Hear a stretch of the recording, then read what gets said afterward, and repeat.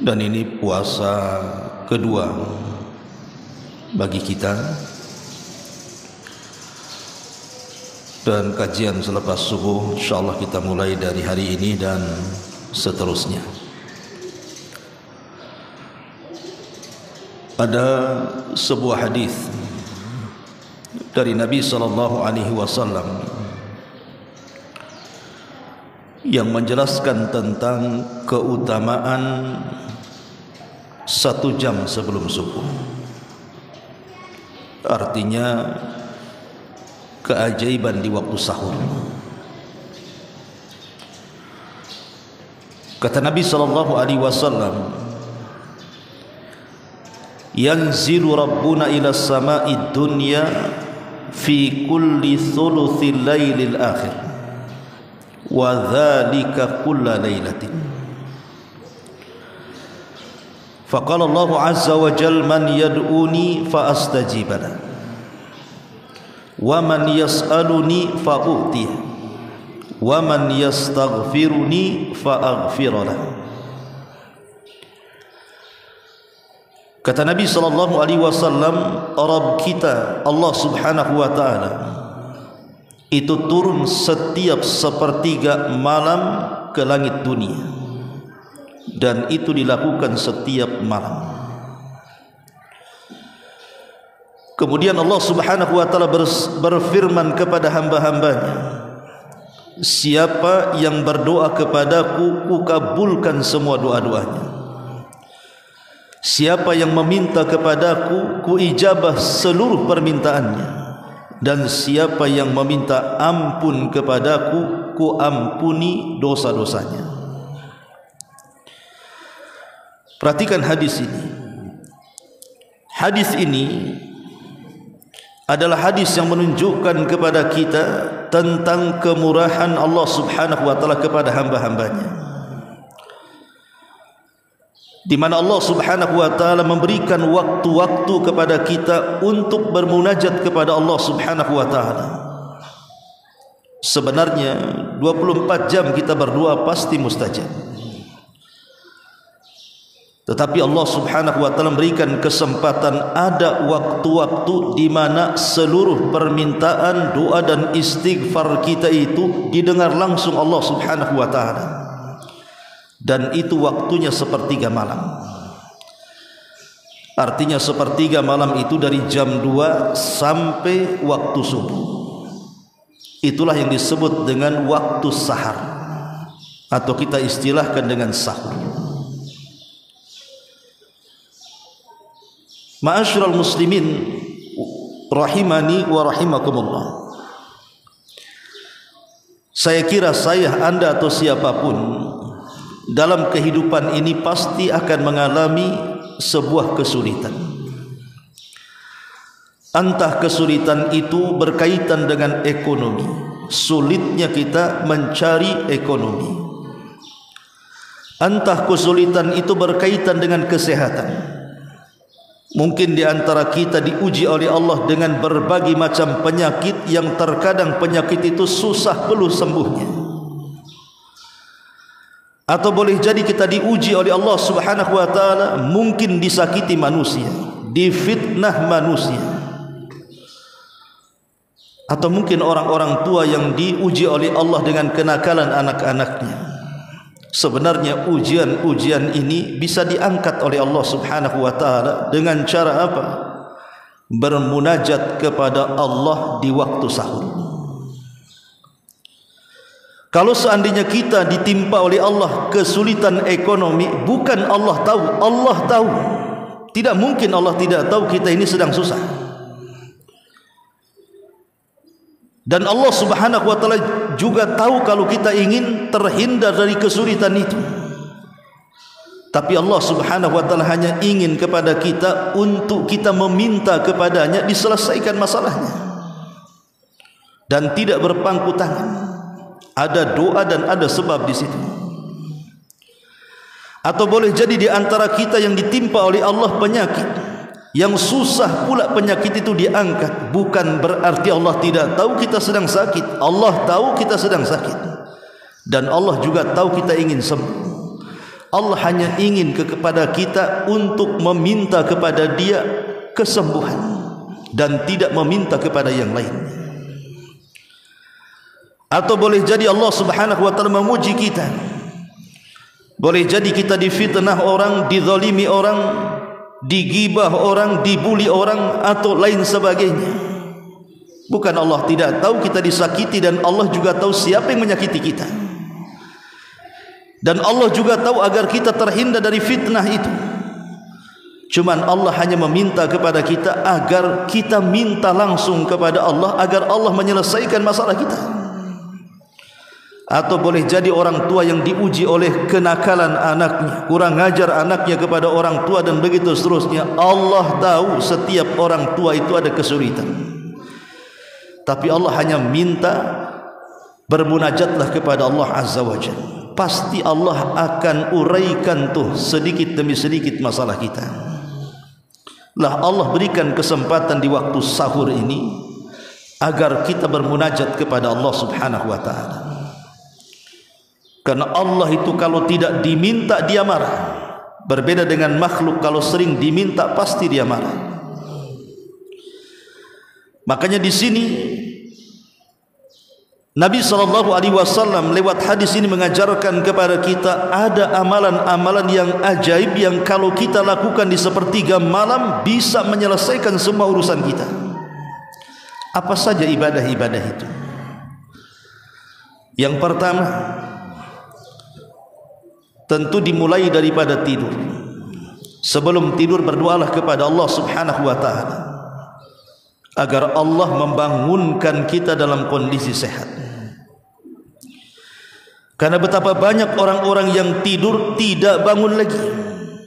Maka minta kepada Allah Subhanahu wa taala agar kita dibangunkan dalam kondisi sehat wal afiat.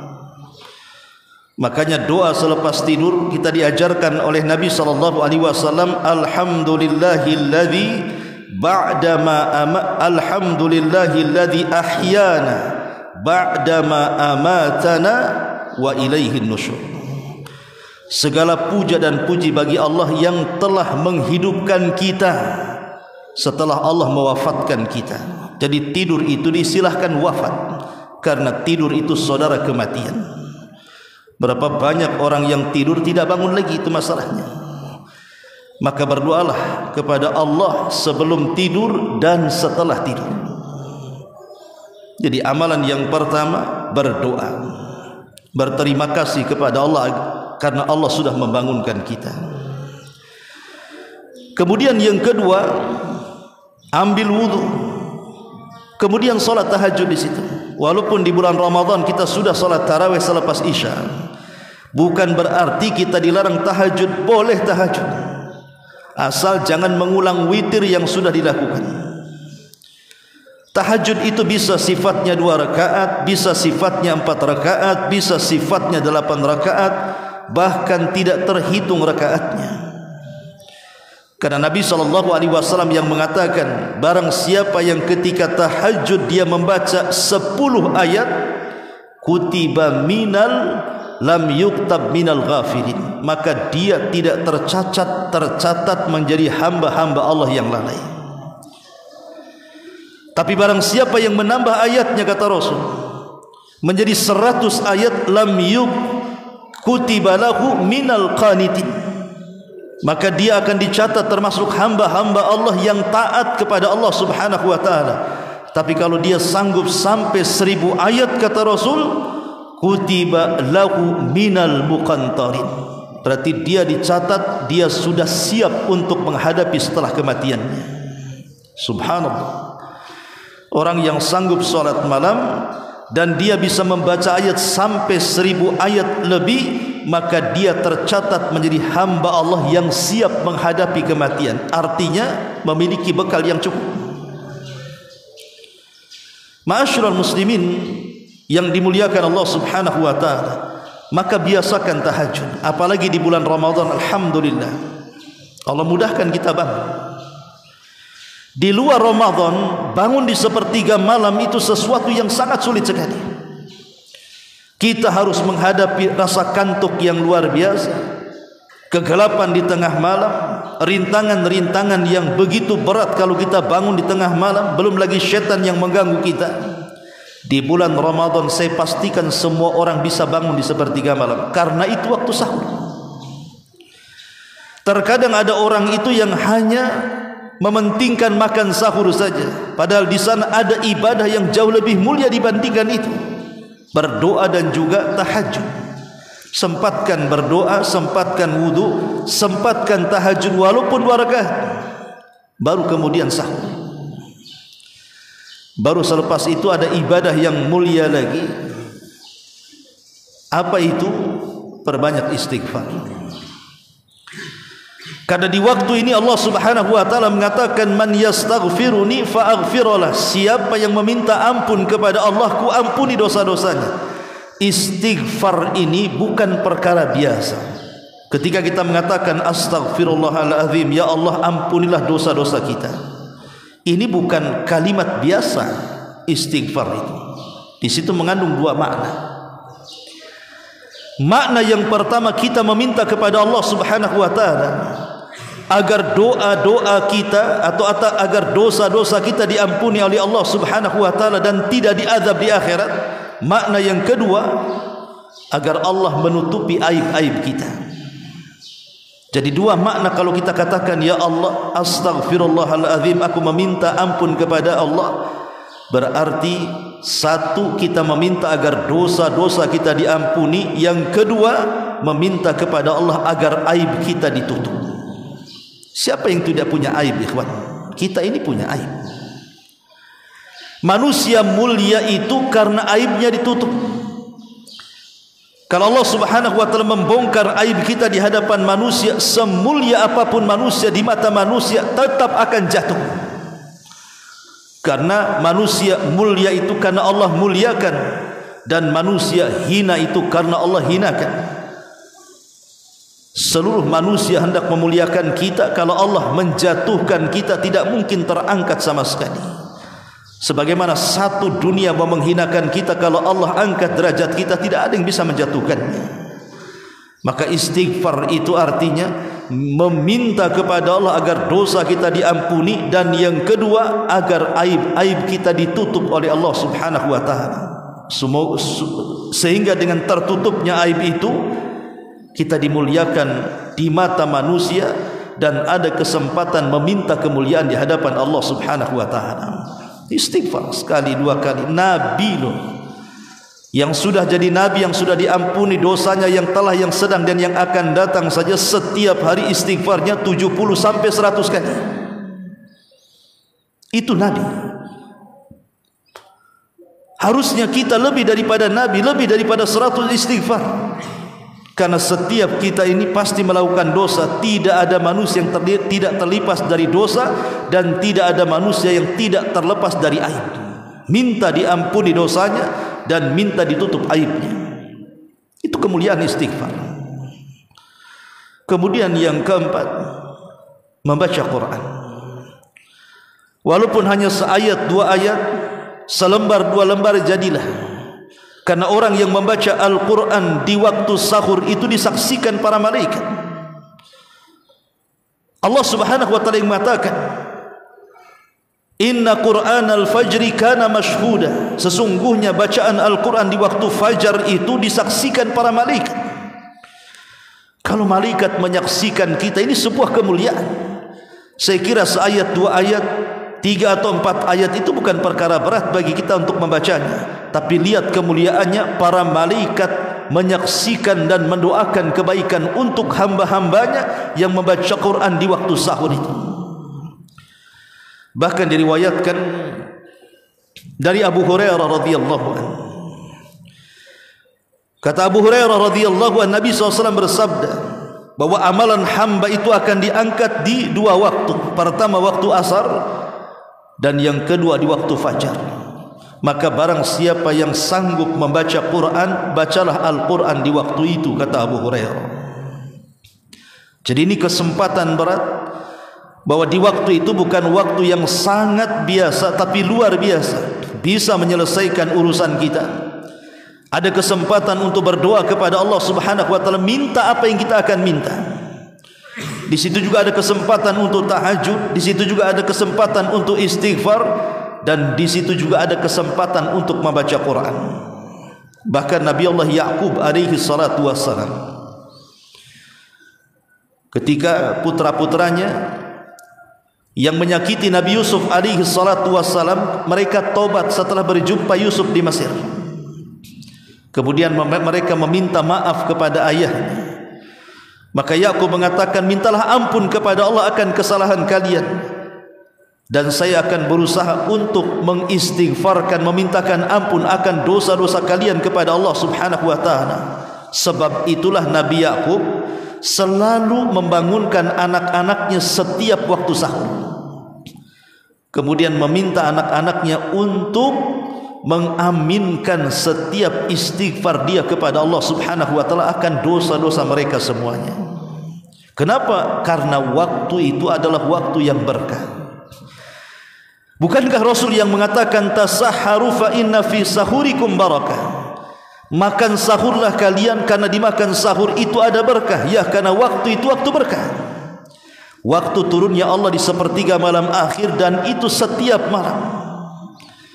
Dan lihat pengaruh yang ditimbulkan orang yang selalu bangun di sepertiga malam, kemudian dia berdoa, kemudian dia pun salat, kemudian dia istighfar, kemudian dia membaca Quran.